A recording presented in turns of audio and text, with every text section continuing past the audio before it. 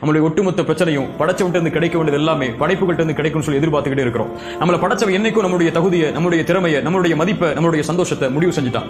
ஆனா படைப்புகள்ட்ட இருந்து கிடைக்கும்னு சொல்லி பின்னாடியே போய்கிட்டே இருக்கிறோம். படைப்புகள் இன்னைக்கு நம்மளை உயர்த்தும், நம்மளை தாழ்த்தும், இன்னைக்கு புகழும், நாளைக்கு இகழும், இன்னைக்கு நேரம் கொடுக்கும், நாளைக்கு நேரம் கொடுக்காது, இன்னைக்கு அன்பு காட்டும், நாளைக்கு அன்பு இல்லைன்னு சொல்லி திரும்பி போயிடும். இது படைப்புகளுடைய இயல்பு. படைச்சவனை திருப்திப்படுத்தணும்னு வாழ்றவன் மட்டும்தான் இந்த உலகத்துல நிம்மதியா வாழ்வான். படைப்புகளை திருப்திப்படுத்தணும்னு வாழ்றவன் இந்த உலகத்துல தன்னையே மறந்து வாழ்ந்துகிட்டே இருப்பான். ரசூலுல்லாஹி ஸல்லல்லாஹு அலைஹி வஸல்லம் அழகான ஒரு நிகழ்வை சொன்னாங்க. ஒரு மனிதன் வேகமா போர்க்களத்துக்குள்ள தூசி படிந்த முகத்தோட பரட்ட தலையோட போர்க்களத்துக்குள்ள வேகமா நுழைறான். அவனுக்கு முதல் வருஷம் தான் இடைவெளி, முதல் வருஷம் தான் கிடைக்கும், முதல் வரிசையில நிப்பான். கடைசி வருஷம் தான் அந்த போர்ல கடைசி வரிசையில நிப்பான். அந்த போர்க்களத்தில் இருக்கிறவங்கள்ட்ட உதவி கேட்பான், உதவி மறுக்கப்படும், நிப்பான். சாட்சி சொல்வான், சாட்சி மறுக்கப்படும், நிப்பான். ரசூலுல்லாஹ் சொன்னாங்க இவனுக்கு சொர்க்கம் உண்டுன்னு சொல்லி. இந்த நபிமொழி ஒரு மிகப்பெரிய செய்தி நமக்கு சொல்லுது. இவன் எதுக்காக போர்க்களத்துக்குள்ள வந்தான்? படைச்சவனுடைய திருப்தி அடையணுங்கிறதுக்காக. முதல் வரிசைக்காக வரல. கடைசி வரிசை கடைசால நிக்கிறான்னா இவன் முதல் வரிசைக்காக வரல. உதவி கேட்கிறான், மறுக்கப்படுது, உதவி ஏற்றுக்கொள்ளப்படணுங்கிறதுக்காக வரல. சாட்சி சொல்றான், நிராகரிக்கப்படுது, இவன் சாட்சி ஏற்றுக்கொள்ளப்படணுங்கிறதுக்காக வரல.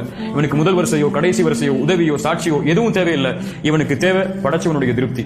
அதை நாடி வந்தான், அது கிடைச்சாங்க இருப்பான், அது இல்லைன்னா எது கிடைச்சாலும் அங்க இருக்க மாட்டான். படைச்சவனை திருப்திப்படுத்தணும்னு ஓடுறவன் இந்த உலகத்துல வெற்றி அடைஞ்சுக்கிட்டே இருப்பான். படைப்புகளை திருப்திப்படுத்தணும்னு ஓடுறவன் தோத்துக்கிட்டே இருப்பான்.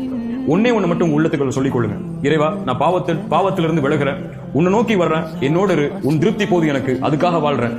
யார் இந்த உலகத்துல என்னை பத்தி என்ன பேசினாலும் என்ன கருதினாலும் சரி, அதை பத்தி எனக்கு கவலை இல்லை.